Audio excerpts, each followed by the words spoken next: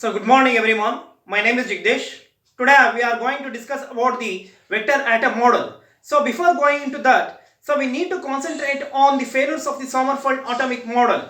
So the Sommerfeld atomic model has given the two modifications to the Bohr's atomic models. So even though it failed to explain the distribution and arrangement of the electron in the atom, and also the Sommerfeld atomic model, it failed to explain the anomalous Zeeman effect and Stark effect. So what is Zeeman effect means? So it is the splitting up of the spectral lines under the magnetic field.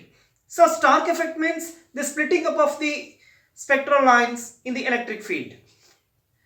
So but the Sommerfeld atomic model, it failed to explain both the concepts. The Sommerfeld atomic model, it also gave the satisfactory explanation to the fine structure of the spectral lines, even though it could not explain the exact number of the fine structure lines.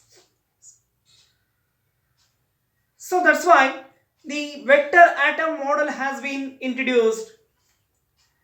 So vector atom model means, so it is a simple thing. It is the method of obtaining the resultant angular momentum of the atom, so by the vector addition of the orbital and the spin angular momentum of the electron. So here we are adding, that is the orbital angular momentum and the spin angular momentum vectors.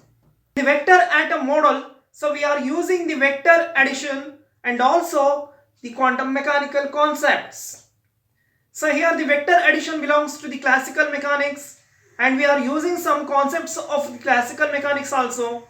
So that's why the vector atom model is a semi-classical model. So here we know that the electron is revolving around the nucleus in a circular orbit according to the Bohr's theory. The electron is revolving around the nucleus in elliptical orbit according to Sommerfeld theory. Any rotating body have the angular momentum.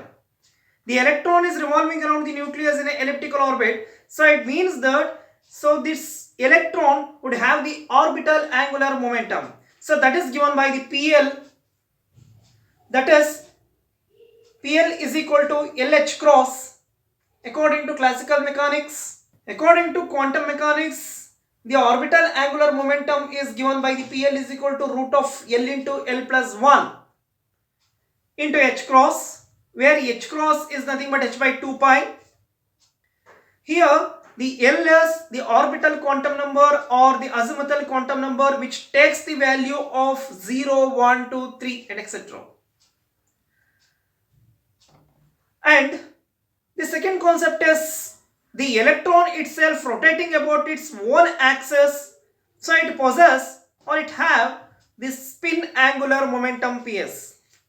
The PS is equal to SH cross according to classical mechanics, and PS is equal to S root of S into S plus 1 H cross according to quantum mechanics, where S is the spin quantum number. So it can take the value of plus of or minus of. The magnitude of the total angular momentum is given by the sum of the magnitude of the orbital quantum number or orbital angular momentum and the spin angular momentum equations. So that is a Pj is equal to PL plus PS. Or from the quantum mechanics, so it gave the one more equation, that is Pj is equal to root of J into J plus 1 into H cross, which is similar to the magnitude of the orbital angular momentum and the spin angular momentum. So this concept is generally, it is a vector atom model. Now we have to study about the two main features of the vector atom model. The first one is the spatial quantization, and second one is the spinning electron hypothesis. So first we have to study about the spatial quantization. What is quantization means? So it is a concept that a physical quantity can have only the certain discrete values. So that is the quantization. Now the spatial quantization. So before that we have to know the some points about the Sommerfeld model.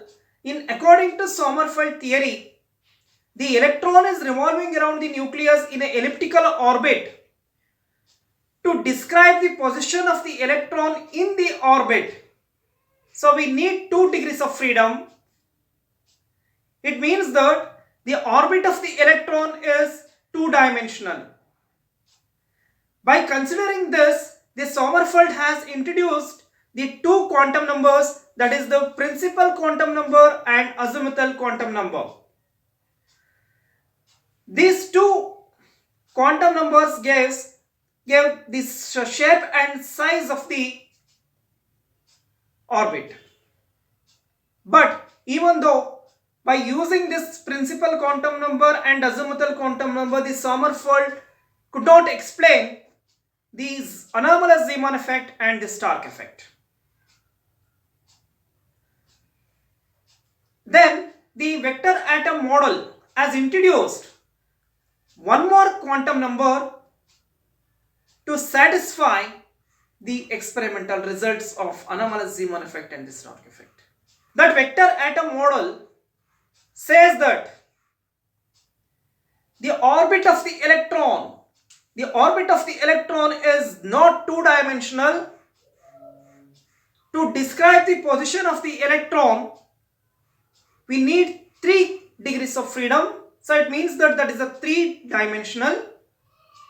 It introduced the one more quantum number, that is magnetic orbital quantum number, Mn. The Sommerfeld atomic model explains the electron which is revolving in elliptical orbit. In that case, only the magnitude of the electron orbit is quantized. But according to vector atom model, not only the magnitude of the electron orbit, also the orientation or the direction also quantized. The electron would not revolve in all the possible elliptical orbits. It has certain restriction. So that is the orientation or the direction of the electron orbit is also quantized according to vector atom model. From the diagram, so we can see that the electron is revolving in that orbit, has the angular momentum L. In such cases, so we have to apply the magnetic field or electric field to the electron. To specify the orientation of the electron orbit in a space, we need a fixed reference axis. That reference line is chosen as the direction of the external magnetic field which is applied to an atom. That is represented as Z axis. Now the magnitude of the orbital angular momentum, as we earlier know, that is PL is equal to LH cross, that will be equal to root of L into L plus 1 into H cross, where Ls, the azimuthal quantum number or the orbital quantum number which takes the values of 0, 1, 2, that is n minus 1 values. It means that the orbital angular momentum magnitude is quantized. Now, what is the direction of the orbital angular momentum?